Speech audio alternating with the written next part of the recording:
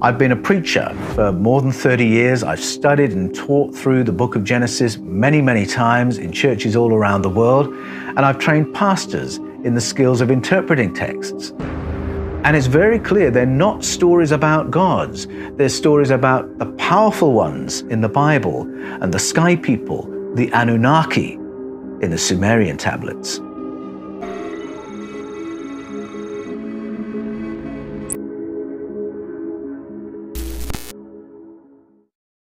In 1896, eminent scholar Nathaniel Schmidt was fired from his position as Professor of Semitic Languages at Colgate University. For 11 years, this American university had enjoyed Nathaniel Schmidt's erudition in Semitic languages. He delivered numerous courses in Hebrew, Aramaic, Coptic, Arabic, Syriac, and other ancient languages besides. In fact, Nathaniel Schmidt was one of America's leading scholars in the field. So why, after 11 years of outstanding achievement, was he tried for heresy and fired from his tenure in 1896? Though a devout Christian and a Baptist pastor, the authorities considered that his recent theological papers had struck at the very roots of two world religions, Christianity and Judaism. What Nathaniel Schmidt had done wrong was read the Sumerian and Babylonian and Assyrian texts and notice that they were full of fascinating parallels, stories that occurred there that were uncannily similar to all the stories of beginnings of the Bible. Stories like Adam and Eve, the fall, Cain and Abel, the flood, the limiting of human life, the event at the Tower of Babel. And Schmidt's work demonstrated that the Sumerian accounts and those that followed it from nearly 6,000 years ago were in all probability the source of all those familiar biblical stories.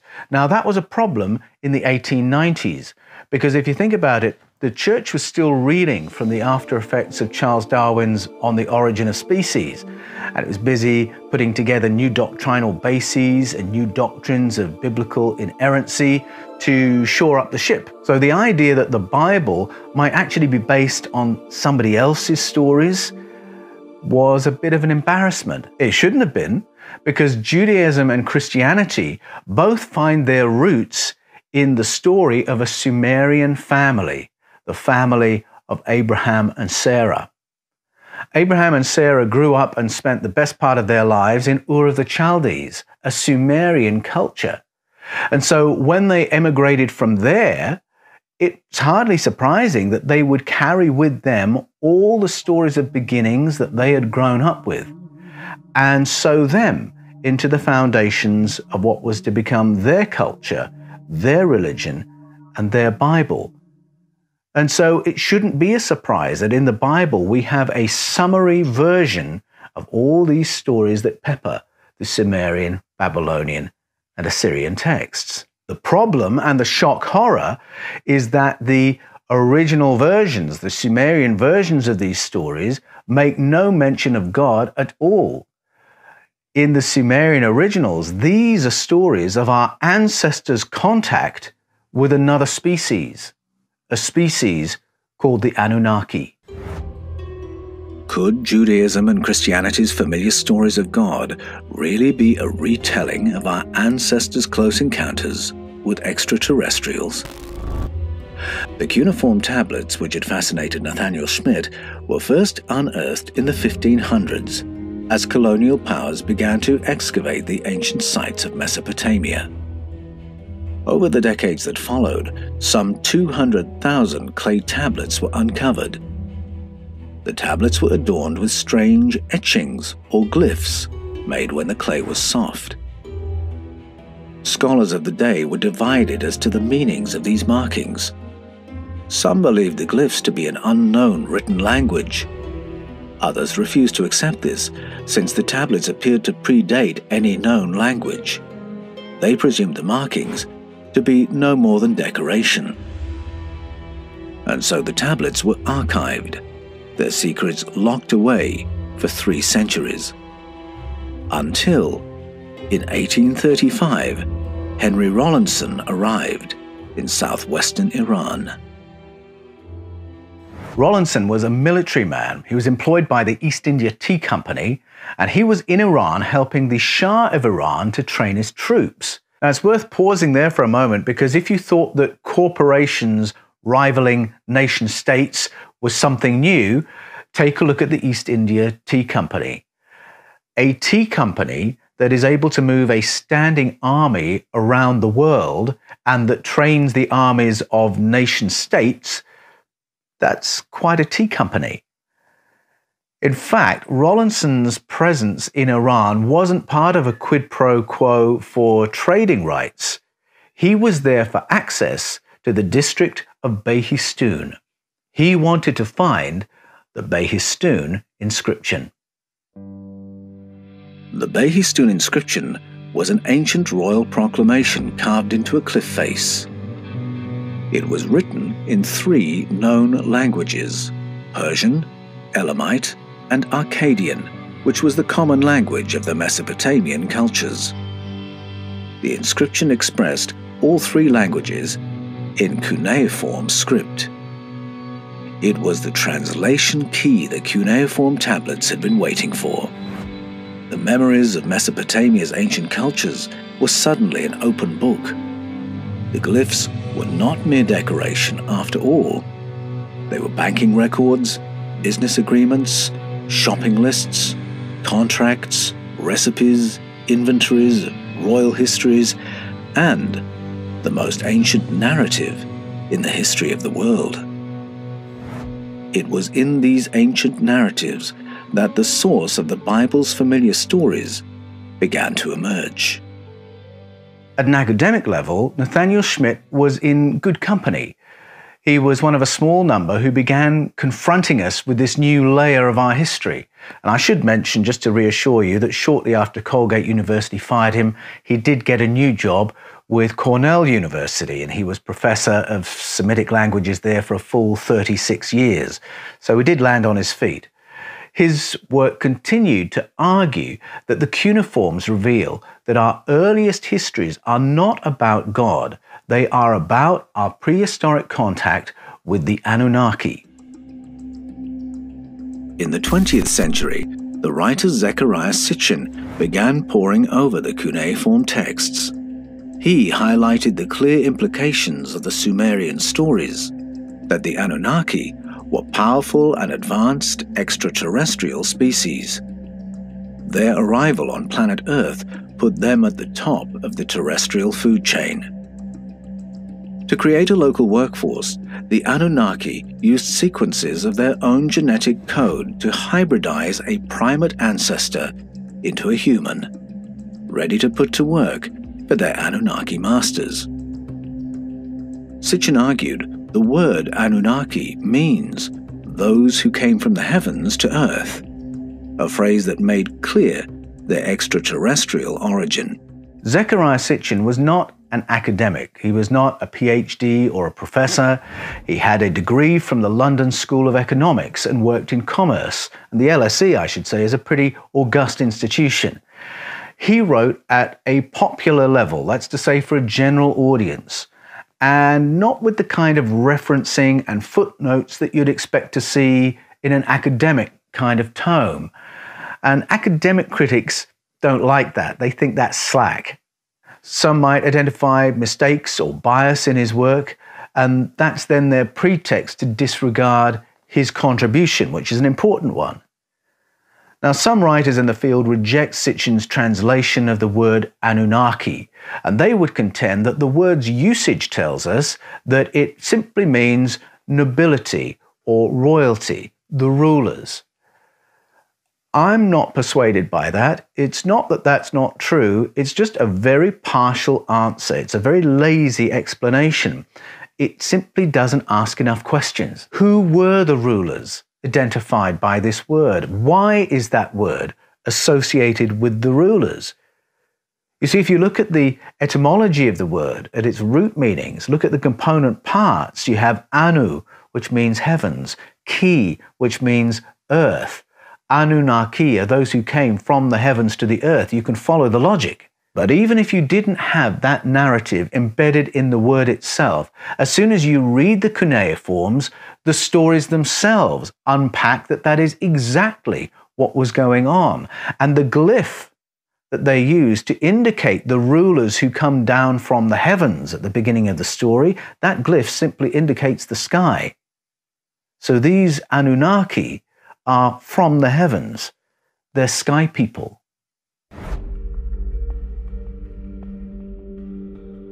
Many of the world's oldest mythologies claim that governance over human society began with dominance over human beings being established by superior beings or gods, and then the job of rulership is handed over at a later stage to human governors or kings. Egyptian mythology holds such a narrative.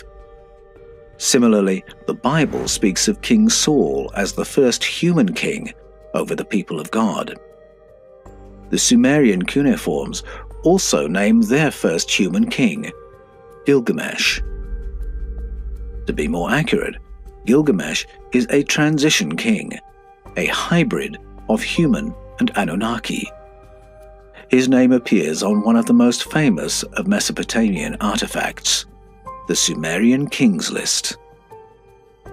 Among the shopping lists, legal agreements, business contracts, and all the rest of the cuneiform tablets, there appears what on first inspection is a dry record of a succession of kings of Sumeria. The most recent entries record reigns of 6 to 36 years. As we go further back on the timeline, the Kings List starts running with some odd-looking information, because out of the blue, we suddenly read of a dynasty that lasted 24,510 years, 3 months and 3.5 days. Now that precision absolutely befits Sumerian culture, because it's from Sumerian culture that we get 360 degrees in a circle, 60 seconds in a minute, 60 minutes in an hour. So the precision doesn't surprise us. What is odd is that dynasty of 24,510 years, 3 months and 3.5 days was divided across no more than 23 kings. That's an average reign of more than 1,000 years each. And it's not a one-off. The dynasty concluded by the Great Flood lasted 241,000 years, shared by no more than 8 kings.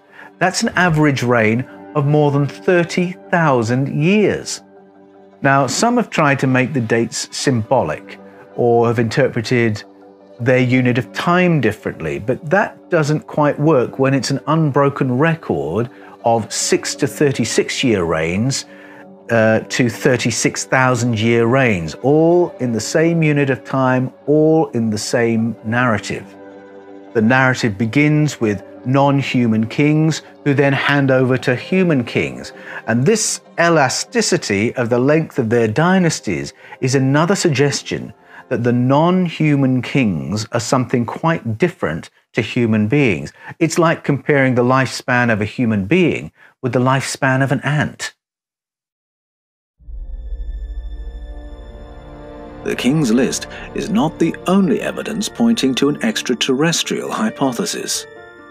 The Sumerian version of the Tower of Babel speaks of 50 technicians who employ mysterious technology to dispatch 300 observers to their stations in the stars. Read alongside the Genesis account, the two narratives confirm one another and paint a vivid picture. Babel was a stargate, providing the observers rapid access to space stations. The thing that got me into this whole field of research was an anomalous word in the book of Genesis. I've been a preacher for more than 30 years. I've studied and taught through the book of Genesis many, many times in churches all around the world, and I've trained pastors in the skills of interpreting texts. So I've long known about this anomalous word. Well, finally, I allowed myself the time to sit down and really drill into what was going on. Genesis uses two words for God. One is Elohim and one is Yahweh or Jehovah. Now, Yahweh is the holy name given to Moses in a time centuries or millennia after all the action described in the stories of beginnings. So the fact that the word Yahweh appears in those much older stories, that clues us that we're not reading the original version of the stories. The stories are being retold by someone after the time of Moses. Now, there's a broad consensus among biblical scholars that the current version of the Old Testament, the Hebrew Scriptures, was edited or redacted sometime in the 6th century BCE, and that the redactor, by putting the name Yahweh into these older stories, the stories that Abraham and Sarah had brought with them, was telling the reader to regard them as God's stories. And by using the later name, he's also telling the reader this is not the original version. Originally, they were Elohim stories. Now, that word Elohim is a very interesting word because it's a plural form word. It often exhibits plural behaviors. Let us make the humans to look like one of us. We don't want them to become too much like one of us, etc. The word Elohim often takes plural verb forms. It's sometimes translated as God, but in other places it gets translated as false gods, or demons, or angels, or chieftains, or land barons. So why this enormous elasticity in the word's meaning? Well, again, we have to go back to the roots of the word and ask, why is it used that way? And why does it behave like a plural? When you look at its component parts, the word Elohim means the powers or the powerful ones. Now, when you read Genesis translating the word that way, the texts change and suddenly line up with the Sumerian texts. One by one, they confirm each other's stories. And it's very clear they're not stories about gods. They're stories about the powerful ones in the Bible and the sky people, the Anunnaki, in the Sumerian tablets. But is there any material evidence that a non-human ruling presence ever occupied planet Earth? One might reasonably ask, why have no physical remains of Anunnaki been found? Firstly, I would note that the more we dig up ancient sites, the greater a diversity of ancient peoples we're finding. If you think about the hobbits that were found in Indonesia, we called them hobbits, I think the proper name is Homo florensis, or the giants of Noble County, or the red-haired giants of North America, or the long skulls of Paracas, etc. There's a great range of people that we're beginning to come across as we dig into our ancient past. So how would we know if we found an Anunnaki? Well, one obvious possibility is by DNA testing. So if Gilgamesh really was a human Anunnaki hybrid, then all we have to do is find the royal tomb and DNA test him. Well, I believe that's exactly what happened in Iraq in 2003. A team went in protected by American troops at the beginning of the 2003 Iraq invasion and found Gilgamesh's tomb. Fassbinder spoke to the BBC. You can go on his website, you can read all about it. Now, the official story is that having located the probable tomb site 16 years ago, we decided not to investigate any further. Similarly, in 1927, the British archaeologist Leonard Woolley discovered a person known as Queen Puabi. Now, she was a high-ranking Sumerian leader who lived around 2500 BCE, and they had found her remains. So again, here's another find which with today's technology provides us with the opportunity to DNA test. We can now test Sumerian royalty to confirm whether it was entirely human. The result? Apparently we've decided not to investigate any further. Now, what do you make of that? Wouldn't you want to know? But why would an extraterrestrial species be interested in governing a human population on planet Earth? Why would advanced beings from another planet have any interest in interfering with human evolution and managing a human population? Why would they teach prehistoric humans about mathematics, reading, legal and banking systems, contracts of employment, money and pricing mechanisms? And why would they then withdraw? I wonder if our own behavior as a species on our own planet might give us an insight on what such colonization might look like. Because when we colonize, we go in with force, we show our superiority and we take over. We provide the police, we provide the army, the education, we put the locals to work, we cream off the profits and the natural resources and basically enjoy all the benefits of sitting at the top of the economic tree with a powerful, visible presence to keep control. But after a while, you can get the locals to do their own policing and their own school teaching. Let the locals become the lawyers and the bankers and appoint a local as the governor.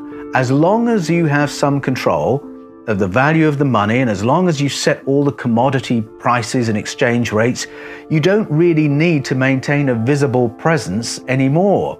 And so you can go home, you can live in another country and still enjoy all the benefits of sitting at the top of the economic tree.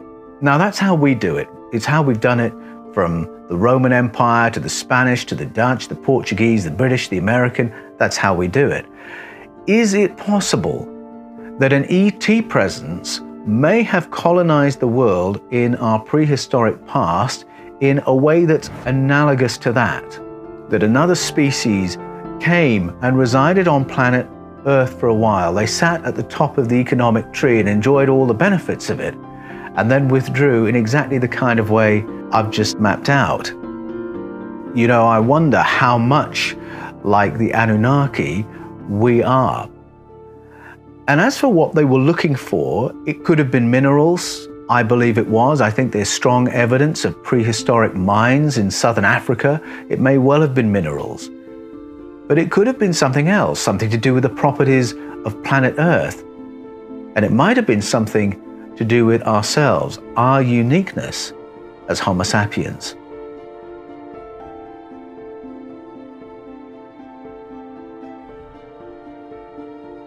Were our ancestors really engineered as workers, toiling for the colonizers? Were the Anunnaki only interested in our planet's resources and coldly indifferent to the progress of the human race?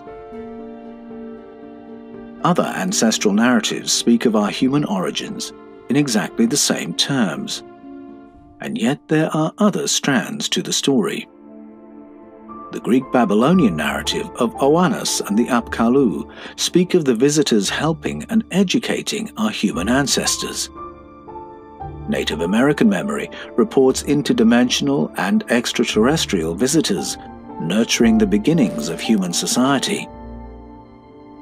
Zulu mythology speaks of our ancestors being nurtured by advanced beings. Might the Anunnaki have had a more generous motivation towards their human workforce? My book, Escaping from Eden, argues that our ancient texts recall a range of species that bumped up against our ancestors. And the stories in our world mythologies tell of conflicting ideas among the visitors as to how conscious and how intelligent they wanted humans to be. Now, certainly there are some cold agendas towards humanity that play out in our world's stories of beginnings.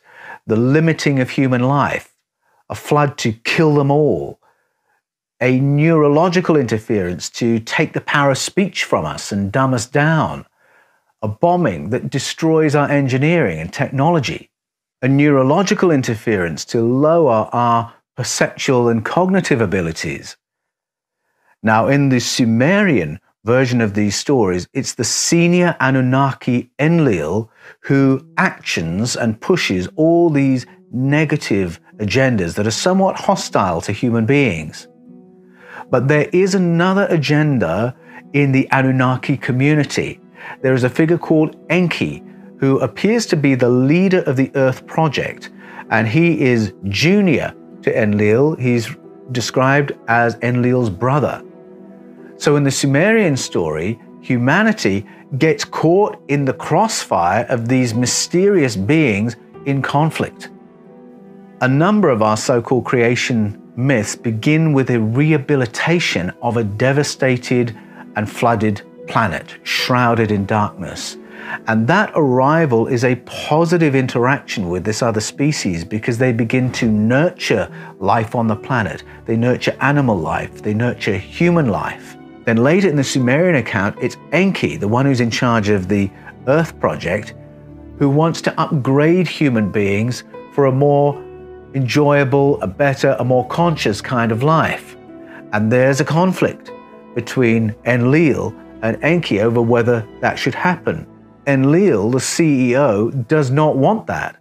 And so Enki breaks ranks to achieve that upgrade for us. When Enlil wants to destroy the human experiment by devastating the planet, again it's Enki who seeks out a favored family, the family of Atrahasis, aka Ziusudra, aka Utnapishtim, aka Noah, and gives him instructions as to how to construct an escape pod for his family and his farm so they can reboot the project. So I think we can say the Anunnaki presence is a mixed bag for humanity. We're really caught in the crossfires of this conflict among a species who are ambivalent about the progress of human society. There is oppression and slavery in the Anunnaki narrative, but there's also a concern for human welfare and a nurturing of human beings. So it's a mixed story. Today's reports of ET contact reflect a similar range of agendas, some harmful, some indifferent, and some nurturing. Are these contemporary experiences connected with the Anunnaki narratives, or are people today experiencing something or someone different? What difference does the Anunnaki narrative make to human beings today? If you and I are part primate and part Anunnaki, how does that help us? And are the Anunnaki still present, or are we now our own masters? Does the Anunnaki narrative give us an explanation of our original separation from all other animal forms on planet Earth, but leave us with no word about our future? My hope is focused not so much on external interventions as on our own capabilities. Our ancestral narratives all speak of higher consciousness being downgraded in our prehistoric past, and to my mind that raises the possibility that our cognitive abilities can be upgraded and our consciousness can be heightened. Our mythologies speak of our perceptual field being limited. Now, to my mind, that suggests we might be able to expand it. The Anunnaki narrative speaks of us laboring for superiors, and you can see that we're hardwired to do that. But what if we were able to break down that programming and start working for one another instead of those above us? What if we de-engineered all our neurological slave settings and allowed ourselves to live freer, less fearful lives? What would that look like? Many of the cultures that have curated these stories of beginnings have also curated modalities, methods that are designed to reawaken a higher state of consciousness. So ancient Greek culture, which had this narrative, also had the modality of a kykeon ritual. Kykeon was a kind of tea ritual aimed at heightening the person's state of consciousness. In Mesoamerica, we find another tea ceremony with exactly the same purpose. If we go to indigenous Australia or to Native America, we find smoke and smoking ceremonies and similar activities in the ancient Indian cultures that produced the Vedas. Eastern monastic traditions have disciplines of stillness and conscious breathing. And in my experience, they really do have perches in terms of altering our state of consciousness and heightening our abilities for a better human experience. If the Anunnaki stories represent our true origins as a species, and human beings are part earthling and part higher being, what does that mean for our potential as human beings today? Are we bound to the contracts of employment, systems of money and banking, and the tyranny of hours, minutes, and seconds first taught to the ancient Sumerians more than 5,000 years ago? Or are other ways open to us as human beings? Might higher forms of consciousness help us achieve a new freedom from the legacy of our enslaved past and provide a pathway to a better human experience?